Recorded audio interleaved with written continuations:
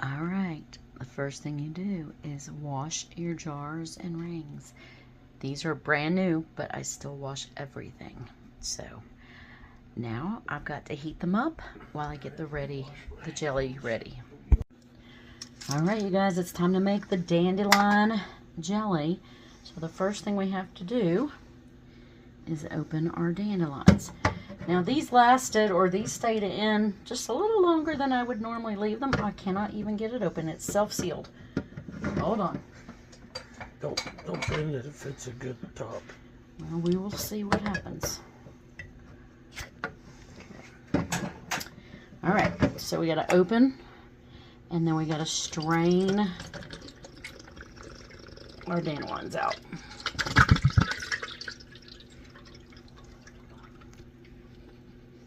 All right, and I have 2 jars, so I'm going to open and strain them both. Now mine have been in, like I said, a little bit longer than normal, but I think that's a good thing, because I think that actually gives it more flavor. If you ask me, that is a more flavor treat. So that really looks not like it's going to be super pretty, but when this is all done, it changes colors and it becomes absolutely beautiful. So I'm going to squish all the extra juice out of there.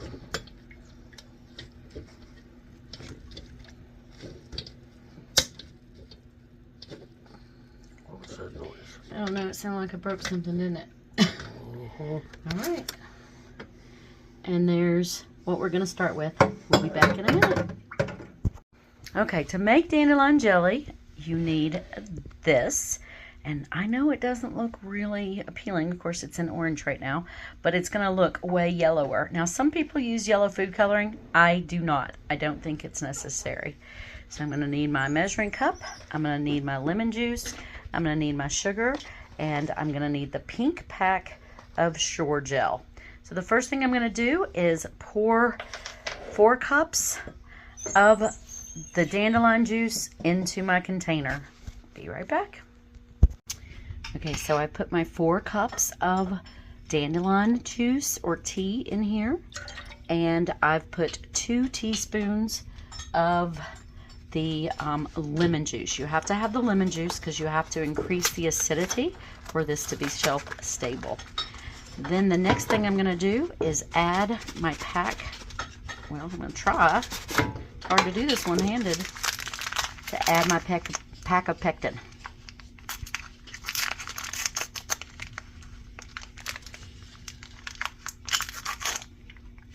If I can get the pectin open, it will be great.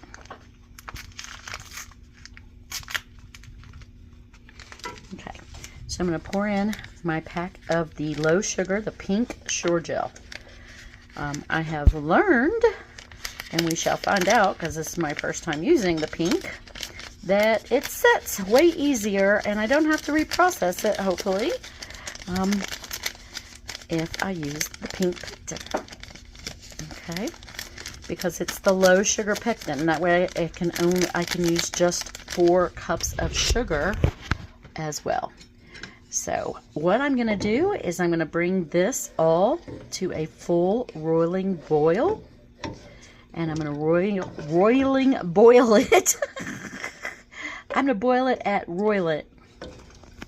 I am going to bring it to a rolling boil, and then I'm going to let that go solid rolling boil for 1 minute. And then I'll come back. Okay, so I'm at a full roiling boil, so I'm going to leave that for 1 minute. And let's push start on that. I'm going to leave that for 1 minute. A full rolling boil means you cannot stir it and make it stop boiling. After that minute is up, I'm going to put in 4 cups of sugar. I'll be back to show you. Okay, so my full boil has been a full minute. My sweet husband measured out 4 cups of sugar for me. So I'm going to pour that sugar in.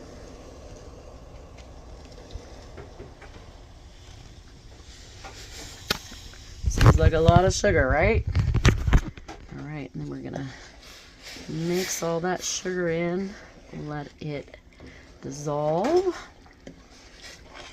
I'm going to take a pat of butter in a minute, just a small one, and I'm going to put it on the top when it starts to boiling, because that will keep the foam down, because otherwise you have to ladle the foam off, which you still probably have to do a little bit of that, but you don't want foam in your jelly. I have just accepted it a time or two, trust me. I don't think there's anything wrong with it. It's just better without it. It certainly looks better without it. Alright, so we're going to bring this to a full rolling boil, and we'll boil it at a full rolling boil for 1 minute, and then we'll start ladling and canning. Alright, we are at a full rolling boil, and yeah, we will after it's off. And we've got our jars out of the oven and ready to go. Hand me the that thing. All right, so let's put this. Yeah, this is how I look when I can, you guys. Trying to avoid y'all seeing me, but here I am. It is what it is. All right. Give me the ladle thing. I had it just a second ago right there.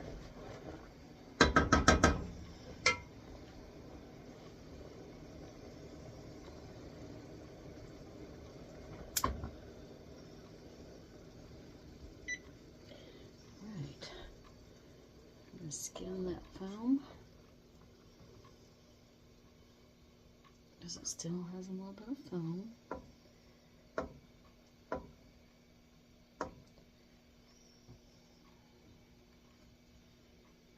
Okay, do that for me. And we're going to put it in the jar, and then you water bath can this. So we have a water bath canner going, and all you do is put it in there for 10 minutes at a full rolling boil. Why can't I say rolling? Rolling. Now I can say rolling. Roiling. I'm mixing up roil and broil. See, I can't even do it. All right, so you're going to need a hot pad to touch that. All right, and you just ladle.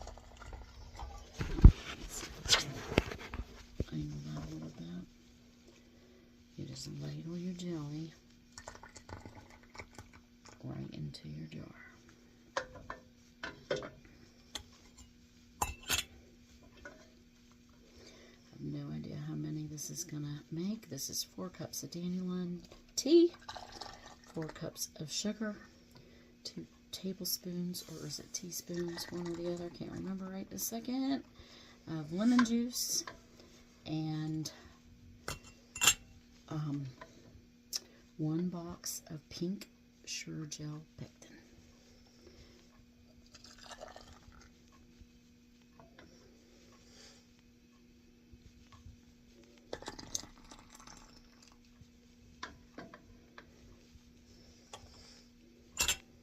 Let's back to that one. That was sitting a little precarious.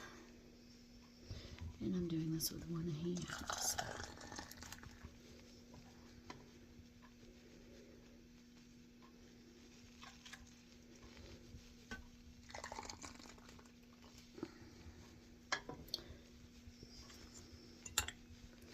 That one a little full, babe.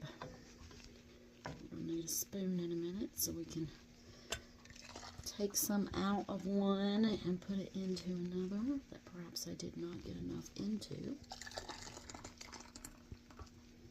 I think we have enough for 1 more. So this made 6 jelly jars.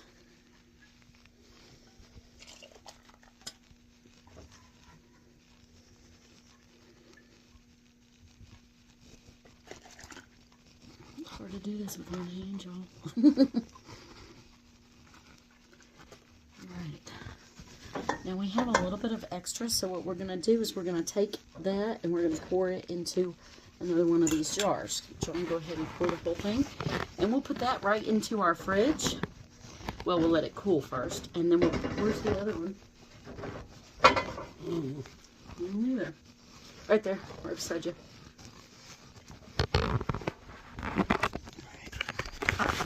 So John will pour that into another one. That won't go into the canner that will, ooh, look, it's already congealing. I think we're doing good. All right, that one will cool down and go into our fridge so that we can eat it right away. All right, so all that work for 6 little jars, jelly jars of dandelion jelly. I'll show you how to can it in just a second. Okay, an important step, you guys. An important step is to make sure that you wipe the rims of your jelly jars before you put the lids on them, because you don't want anything on those rims that will keep the lids from sucking down and canning it. Of course, if it doesn't seal, you can always put it in your fridge and use it more immediately, but we want these to seal. And I'm a little mind boggled that I'm wondering why I didn't use half jelly jars, because you know, this is actually pretty expensive when you consider the amount of work. Now, making the jelly is the easy part. It's all the rest of it that takes forever. All right, so then you just put your lids. These have all been washed. Put your lids right on your jars. And then you take them and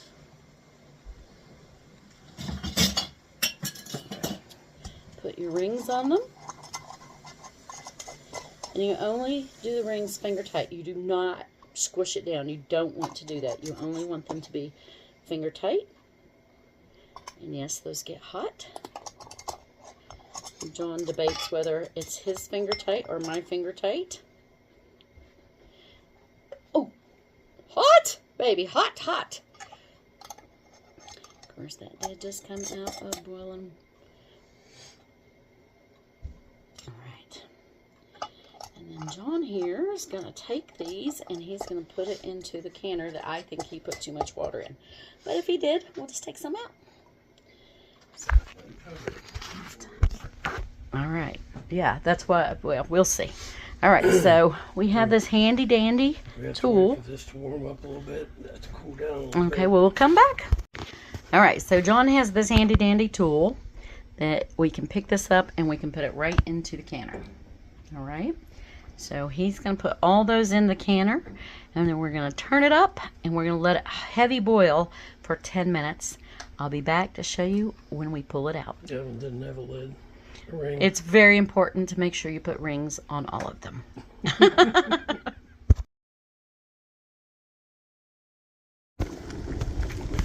Can't even see. There we go. We got a nice big boil on that. All right, you guys, they're ready to come out. So the first thing I'm going to do is turn off the water and remove the lid. Turn off that timer. So I'll let them sit there for just a second or two, and I'm going to use my handy dandy puller.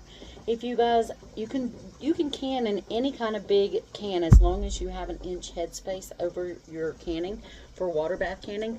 You cannot do that for pressure canning. You have to be very careful, and you need to know what you're doing before you pressure can. John runs the pressure canner, I don't. Okay, but for a water bath canner, you can use any pan as long as it has something in the bottom. The jars cannot directly touch the pan. So you can use, in our canner, it has a little thing, a little metal thing that goes in it, but you can even put a dish towel down in the bottom of a pan to can. So if you do not have a canner or water bath canner, do not fret as long as it's deep enough and tall enough. All right, so we just pull out the jars. And then, oh, shoot. Then the next thing that's going to happen is these things, I've got some, y'all can probably hear the water running in the background. I got some water, or some cauliflower running underneath some water right now because I'm rinsing it. I forgot to turn the water off, but I'm rinsing it. Anyhow, that's it. I'm pulling it out. So the next thing that is going to happen is we're going to hear some incredibly, will you turn that water off for me? Some incredibly beautiful pings, and the pings are the very best part. There was one. The very best part of canning, that you're waiting for that ping. Once you hear that ping, you know it's sealed. 5 more to go, and they're ready to go. Well, now they have to sit. No one can touch them for 24 hours while they do their magic. All right. So you see that one? That one's already pinged. That one has not. That one has not. That one has not. That one has. That one has not.